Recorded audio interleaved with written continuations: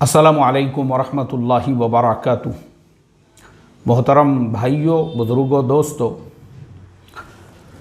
बहुत सारे हमारे जो सोशल टॉपिक्स है, अब ये तबलीग और सऊदी अरबिया का जो मसला है, उस वजह से पिछले एक हफ़्ते से सारे वो टॉपिक और उन्वानात हमारे पेंडिंग में पड़े हुए हैं और तबलीग के भी अभी बहुत सारे टॉपिक मेरे पेंडिंग में है। लेकिन आज मुझे जो है ख़ास तौर पे अभी जो उन्वान पे मैं बात करने वाला हूँ, चूँकि ये ऐसा सुलगता हुआ मसला है।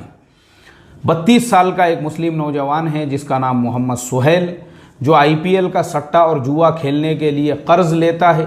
कर्ज़ लेने के बाद में उसका जो वो पैसे पूरे हार जाता है। अब जिनसे कर्ज़ा लेकर सट्टा और जुआ खेले थे, उनके पास में ऐसे बड़े बड़े पहलवान हैं जो वसूली करते हैं और मोहम्मद सुहेल अभी तक उनको 18 लाख रुपये सिर्फ़ और सिर्फ सूद अदा कर चुका है। बाकी के जो पैसे हैं वो वैसे ही है, अभी तक 18 लाख रुपये का सूद अदा कर चुका है। सारी प्रॉपर्टीज़, रहने का घर, सारी चीज़ें उसकी बिक चुकी है और वह मोहम्मद सुहेल शादीशुदा है, जिसकी एक मासूम बेटी है 3 साल की और 2 साल का उसका एक बेटा है। फिर जब कर्जदारों के तकाजे बढ़ गए और उन्होंने जो है इसको पूरी तरह से ये प्रेशराइज किया, मोहम्मद सुहेल ने 2 रोज़ पहले जो है ख़ुदकुशी कर ली, अपने हाथों से अपनी जान दे दी। इन्ना लिल्लाहि व इन्ना इलैहि राजिऊन। सवाल यहाँ पे यह पैदा होता है, आज मुसलमानों के महल्लों में, मुसलमानों के गाँवों में, शहरों में जुआ आम हो चुका है।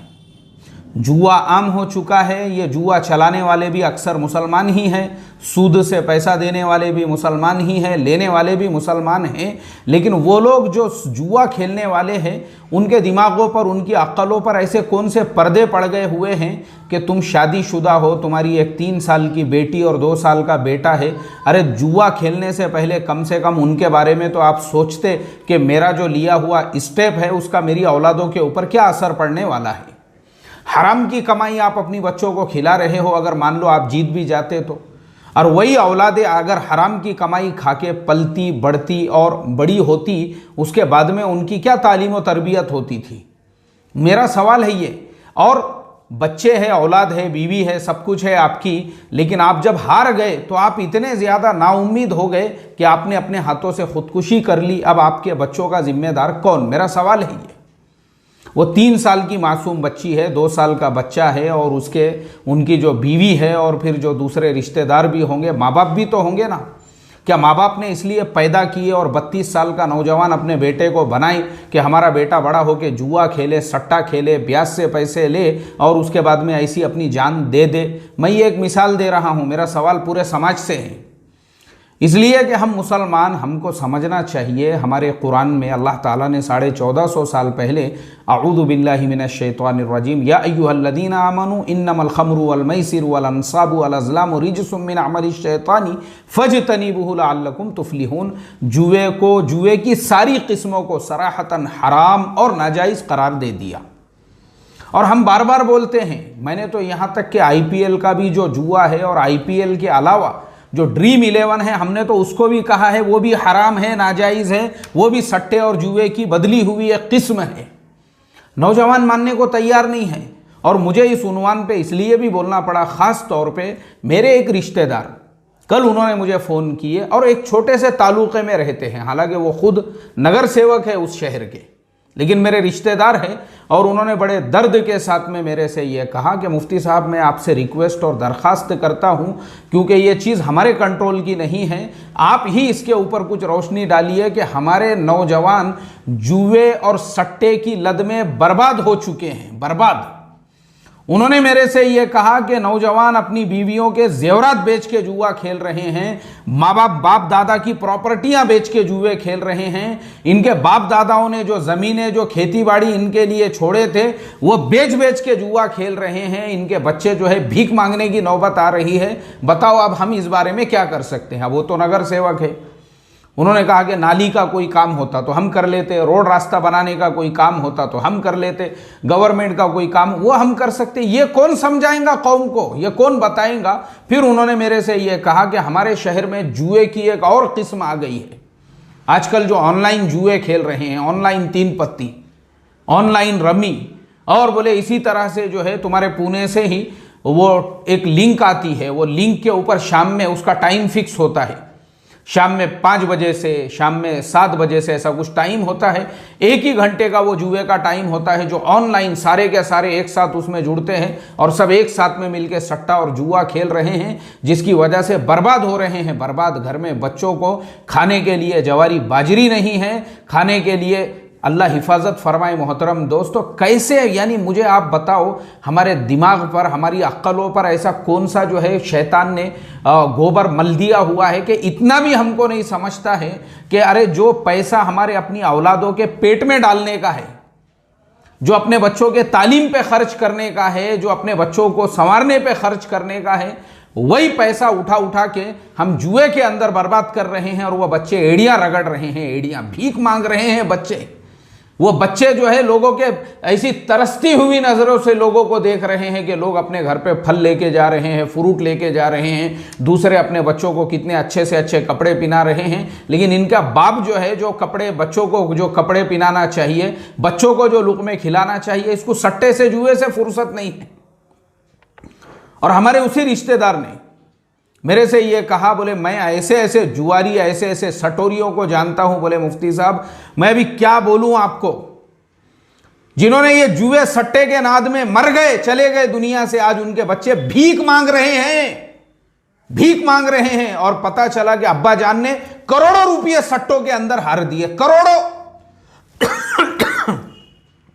करोड़ों की बात कर रहा हूं मैं, हजारों की बात नहीं है। बापों ने करोड़ों रुपये सट्टों के अंदर जो है बर्बाद करके चले गए, उनकी औलादों पे भीख मांगने की नौबत आई है। मेरे वही रिश्तेदार ने बताए मुझे।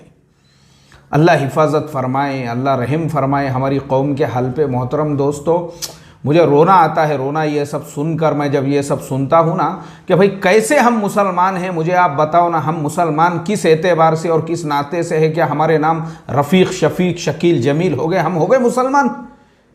और जुए का सट्टे का अड्डा चलाने वाला भी मुसलमान, और वो खेलने वाले भी मुसलमान, ब्याज से पैसे देने वाला भी मुसलमान, लेने वाला भी मुसलमान।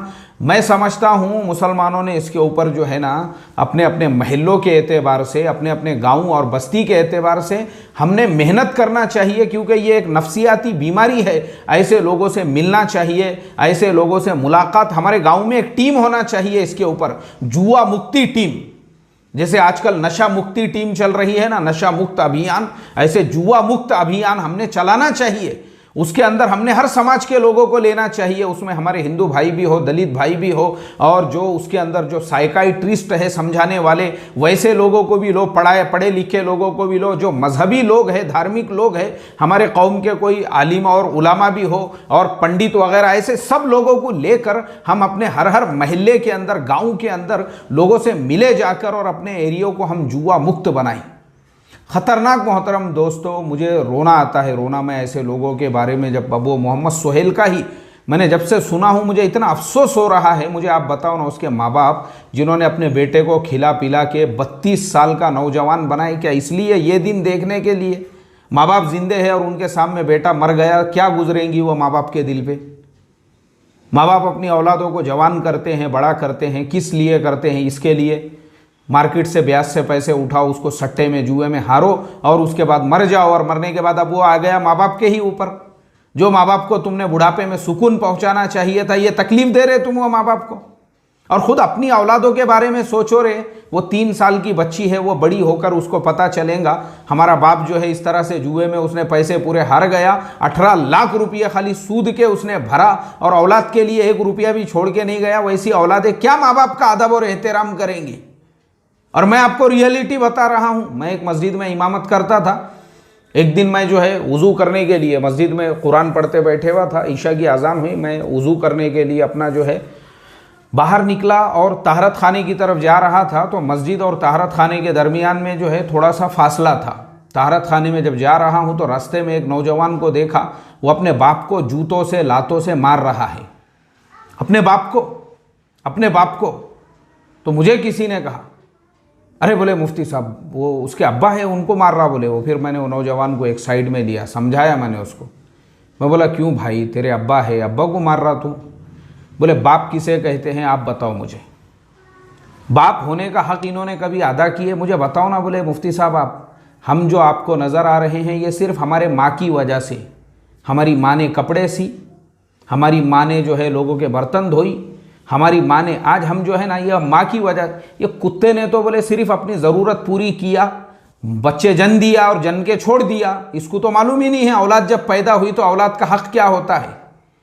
ये तो अपने जुए के अंदर बिजी रहा ना इसकी पूरी ज़िंदगी। इसको पूछो, इसको डुक्कर को, ये कुत्ते को, ये इसने पूरी ज़िंदगी काय में इसकी गई कैरम के क्लब में सुबह से लेके शाम तक, और जुए के अंदर। अभी भी ये डंगरे को अक्ल नहीं आई, बोले बुड्ढे को। इसको मैंने अभी जो है ना वो मटके के वहाँ से उठा के लेके आया, बोले इसको ये काय का बाप है, बोले ये। मुझे आप बताओ ना, आप बोलेंगे अरे मुफ्ती साहब बयान करो, और इमामों को बोलते माँ बाप के अदब पे बयान करो, बाप के एहतराम। अरे बाप के एहतराम पे क्यों एहतराम करेंगे ऐसे बाप का, जिसकी अय्याशी जो है बुढ़ापे तक जो है, जिसको अपने ही, जिसके सट्टे जुए की आदतें, ऐसी औलादे फिर ऐसे बापों को जूतों लातों से नहीं मारेंगी तो क्या करेंगी।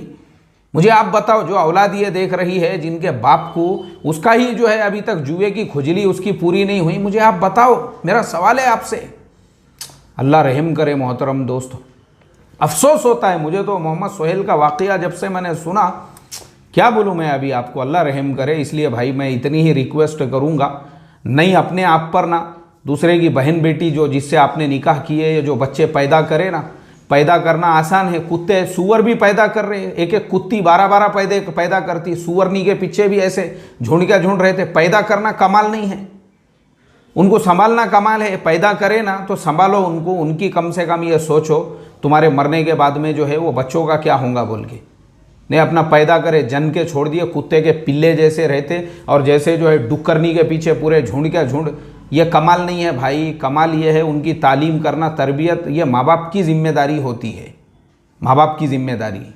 तो इसके लिए मेरी इतनी ही रिक्वेस्ट है, अपने कैरम के क्लबों में बैठने से पहले, सट्टे जुए मटके के आंकड़े निकालने से पहले, और ऐसा करोड़ों रुपये बर्बाद करके मर गए दुनिया से और बच्चों को भीख मांगता छोड़ के चले गए ना, कुछ फ़ायदा नहीं है। बद्दुआ देंगे वो, दुरूद फातिहा नहीं पढ़ेंगे, बोलेंगे अच्छा हो गया मर गया तो, ऐसा बोलेंगे वो। काई की दुरूद फातिहा पढ़ेंगे वो ऐसे माँ बाप के लिए, और ये ऐसे मोहम्मद सोहेल के जैसे बापों के लिए। अल्लाह रहम करे। इसके लिए भाई अपनी औलादों पे रहम करो, अपने आप पे और अपने माँ बाप पे, जो तुम्हारे माँ बाप जिंदे हैं तो उन पे रहम करो कम से कम। अस्सलामु अलैकुम व रहमतुल्लाहि व बरकातुहू।